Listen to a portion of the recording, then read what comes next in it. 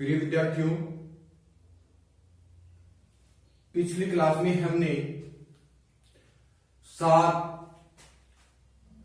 Exercise complete कर ली थी।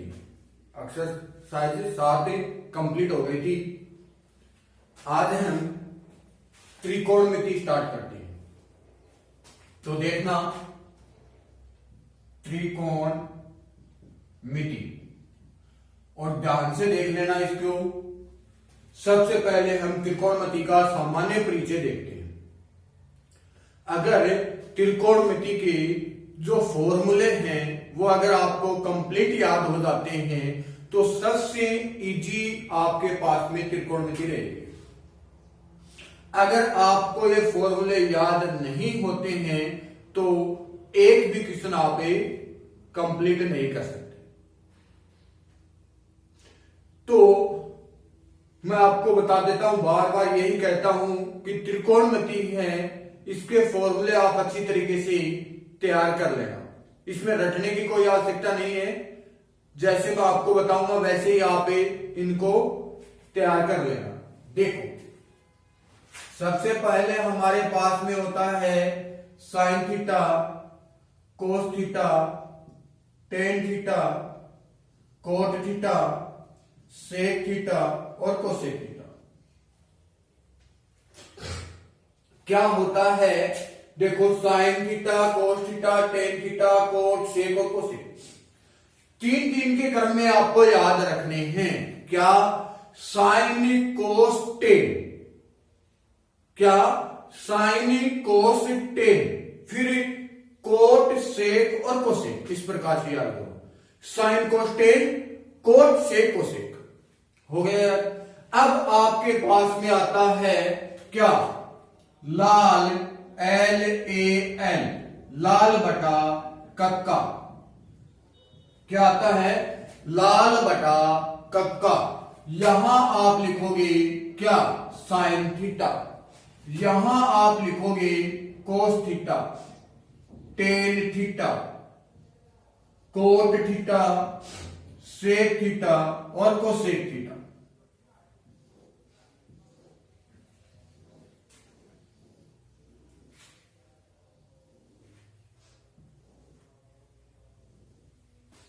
ये आपको याद रखना है। क्या? लाल बटा कक्का। आप स्टार्ट कहां से करोगे? Sine theta, cos theta, tan theta, cot theta, sec theta और कोसेक थीटा। ध्यान से देखना, साइन थीटा के लिए हमारे पास में फॉर्मूला बन गया लंब बटा आधार। क्या फॉर्मूला बन गया? लंब बटा आधार।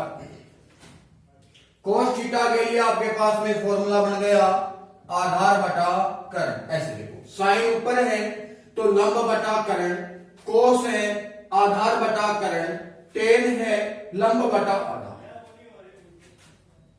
लंब बटा आधार। अब ध्यान देना, कोट कहां है? नीचे, तो अब नीचे से आपको ऊपर जाना होगा। तो कोट का हो जाएगा आधार बटा लंब, आधार बटा लंब, और सेक कर्ण बटा आधार और कोसेक कर्ण बटा लंब। यहां पे L होता है लंब, A होता है आधार और K होता है कर्ण। तो ये आपके पास में पहला फॉर्मूला हो गया। क्या? साइन थीटा के लिए लंब बटा आधार, कोस थीटा के लिए आधार बटा कर्ण, टेन थीटा के लिए लंब बटा आधार, कोट थीटा के लिए आधार बटा लंब, सेक थीटा के लिए कर्ण बटा आधार, कोसेक थीटा के लिए कर्ण बटा लंब। जैसे मैंने उतार रखा है वैसे का वैसे आप फिर कॉपी में काम कर लेना। इसी तरीके से इसको आपको याद करना है। तो ये तो हो गया आपके पास में लंब, आधार और कर्ण से संबंधित फॉर्मूले। अब ध्यान देना, अब हम पढ़ते हैं अपोजिट वाला, विपरीत। अपोजिट यानी कि विपरीत।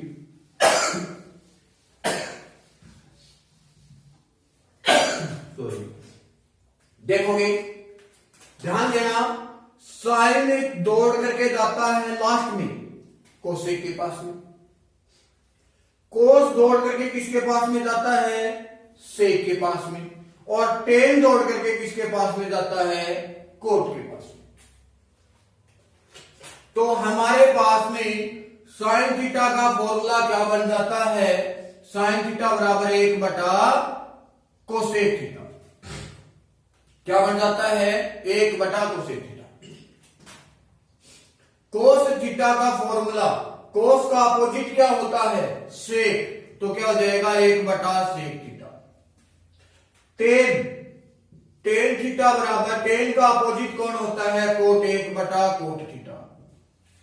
फिर देखना कोट, कोट थीटा का अपोजिट हो जाएगा 1 बटा टेन थीटा, और सेक थीटा का अपोजिट हो जाएगा 1 बटा कोस थीटा। सेक किसके पास में जा रहा है, कोस के पास में, और कोसेक थीटा का अपोजिट आपके पास में 1 बटा साइन थीटा। इसको रखने की आवश्यकता नहीं है, क्या, पहला लास्ट में, दूसरा लास्ट से पहले वाला, तीसरा लास्ट से और पहले वाला, इस प्रकार से लाइन बना करके इनको याद कर लोगे। अब देखना, ये तो अपोजिट में हो गई। याद रखो, मान लीजिए कि अगर आप यहां 1 लगा दो, जिसके बट्टा में कुछ नहीं होता उसके बट्टा में क्या होता है, 1 होता है, और आप इसको वज्र गुणा कर दो, क्या करोगे, वज्र गुणा, तो आपके पास में सूत्र बन जाएगा sine theta into cosec theta बराबर क्या बन गया, 1, बराबर क्या बन गया, 1। इसके बटा में भी 1 लगा सकते हो, तो अगला फॉर्मूला बन गया क्या, cos theta into sec theta बराबर भी कितना हुआ, 1 हो गया। इससे आगे वाला सूत्र है, इसके बटा में भी आप 1 लगा सकते हो, तो tan theta into cot theta बराबर क्या हुआ, 1। इनके बट्टा में 1 लगा करके वजन गुणा करोगे तो यही बात आ जाएगी। तो ये आपके पास में अपोजिट से संबंधित सूत्र बन गए। कौन से सूत्र बन गए, अपोजिट यानी कि विपरीत। तो याद क्या रखना है भाई, साइन थीटा बराबर क्या होता है, 1 बटा कोसेक थीटा, क्या, 1 बटा कोसेक थीटा, और कोस थीटा बराबर क्या होगा, 1 बटा सेक थीटा, टेन थीटा बराबर 1 बटा कोट थीटा, और कोट थीटा बराबर 1 बटा टेन थीटा, सेक थीटा 1 बटा कोस, कोसेक 1 बटा साइन। ये इनको वर्ग गुणा करके निकालिए। यहां तक कंप्लीट हो गई बात। अब सुनना भाई, अब हमारे पास में फॉर्मूला होता है किसका, टेन थीटा का। टेन थीटा का फॉर्मूला क्या होता है,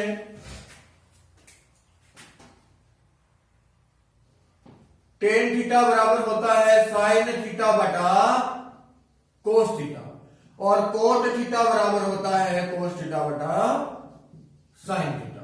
ये दो बात आपको अलग से याद रखनी। टेन थीटा बराबर होगा साइन बटा कोस, और कोट बराबर होगा कोस बटा साइन। क्यों, क्योंकि देखना साइन का फॉर्मूला हमारे पास में होता है लंब बटा कर्ण, और कोस का फॉर्मूला होता है आधार बटा कर्ण। ठीक है, तो ये नीचे वाला कर्ण से कर्ण कट गया, क्या आ जाएगा, लंब बटा आधार, और लंब बटा आधार उस टेबल में आप देखोगे तो किसका फॉर्मूला होता है, टेन का। इसी प्रकार से कोस थीटा का फॉर्मूला होता है आधार बटा कर्ण, और साइन थीटा का होगा लंब बटा कर्ण। कर्ण से कर्ण कट गया, क्या बचा, आधार बटा लंब, और आधार बटा लंब टेबल के अंदर आप देखोगे किसका फॉर्मूला होता है, कोट थीटा। ठीक हो गई बात। यहां तक की बात हो गई आपके पास में कंप्लीट। अब हम पढ़ना चाहते हैं सर्वसमीकाएं। क्या पढ़ना चाहते हैं, सर्वसमीका। तो ध्यान दोगे आप सबसे पहले, ये आपके पास में एक समकोण त्रिभुज है। क्या है, एक समकोण त्रिभुज जिसका ये कोण 90 डिग्री है। ये आपका क्या हो गया, थीटा, ए बी सी। अब इसमें ध्यान देना है क्या, पहली बात, थीटा के सामने वाली भुजा का नाम लंब होता है।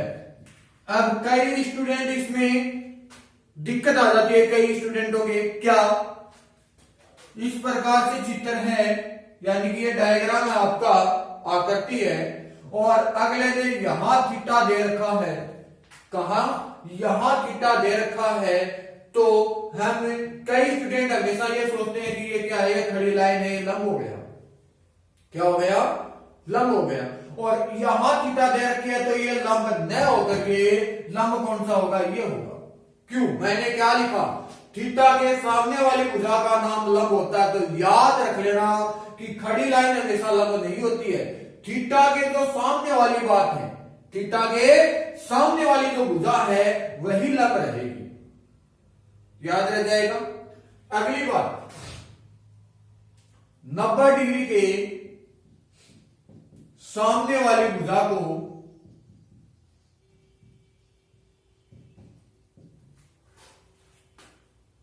भुजा का नाम कर्ण होता है। 90 डिग्री के सामने वाली भुजा का नाम क्या होता है? कर्ण। अगली बात, शेष भुजा का नाम आधार होता है।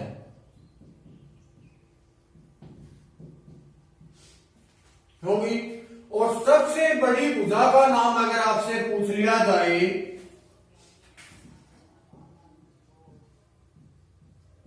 सबसे बड़ी भुजा का नाम कर्ण होता है। क्या होता है? कर्ण। सबसे बड़ी भुजा का नाम ही कर्ण होता है। तो ये इस डायग्राम के अनुसार ये बात आपने कंप्लीट कर, यहां तक की बात ठीक हुई। अब हमें इसी समकोण त्रिभुज की सहायता से क्या करते हैं? सर्वसमीका निकालते हैं। तो ध्यान देना,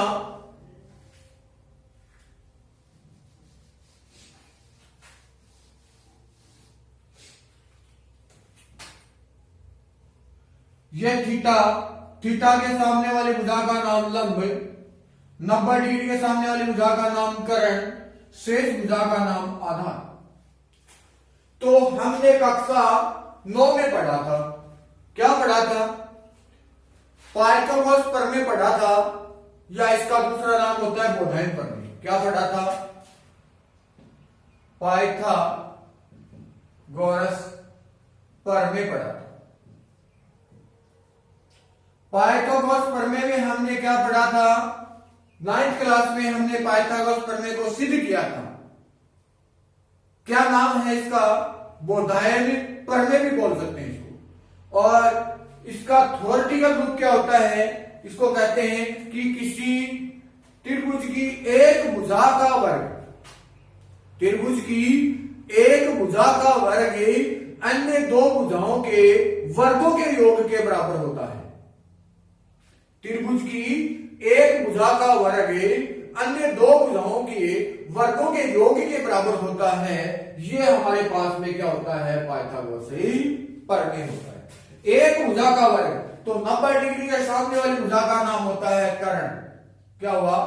कर्ण। अन्य दो भुजाओं के योग वर्गों के योग के बराबर होता है। अन्य दो भुजाओं के वर्गों के योग, तो आधार का वर्ग प्लस लंब का वर्ग। यहां तक ठीक हुई। अब आपको क्या करना है? प्रत्येक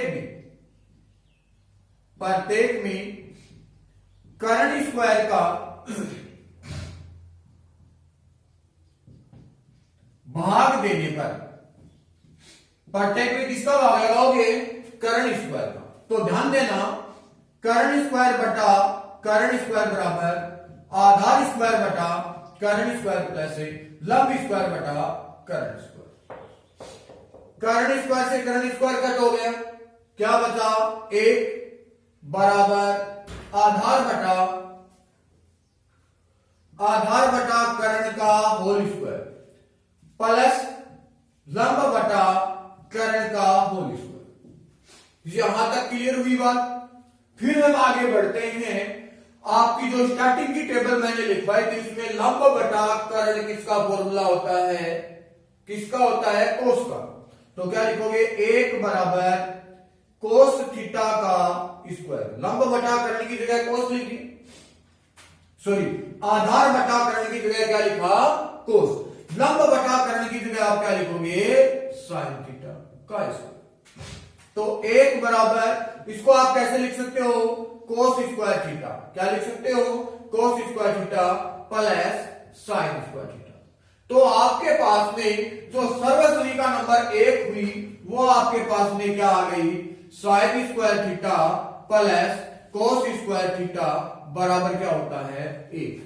ये आपके पास में क्या बन गई, सर्वसनी का नंबर क्या बन गई, 1 बन गई।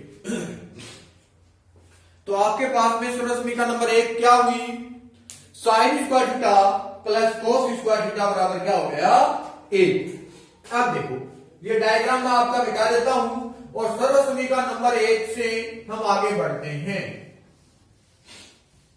सर्वसनी का नंबर 1 क्या प्राप्त हो गई आपके पास में, sine square theta plus cos square theta बराबर हुआ 1। यहां तक ठीक है।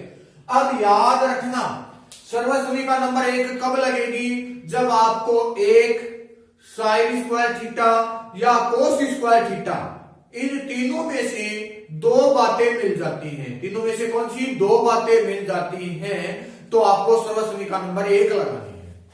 तो ध्यान दोगे, यहां से आप साइन स्क्वायर थीटा का मान निकालोगे तो 1 माइनस कोस स्क्वायर आगे जाएगा तो किसका हो जाएगा, माइनस का। कोस स्क्वायर थीटा आगे जाकर के क्या हो जाएगा, माइनस का।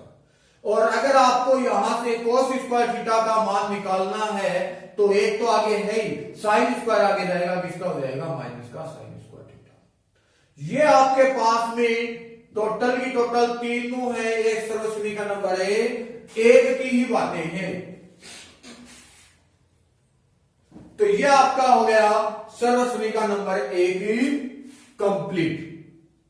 तो आज आपको इतना ही तैयार करना है क्योंकि ज्यादा फिर आपके क्लियर नहीं होगा। यहां तक आज आप कंप्लीट कर लेना, इससे आगे मैं कल आपको पढ़ाऊंगा। Thank you.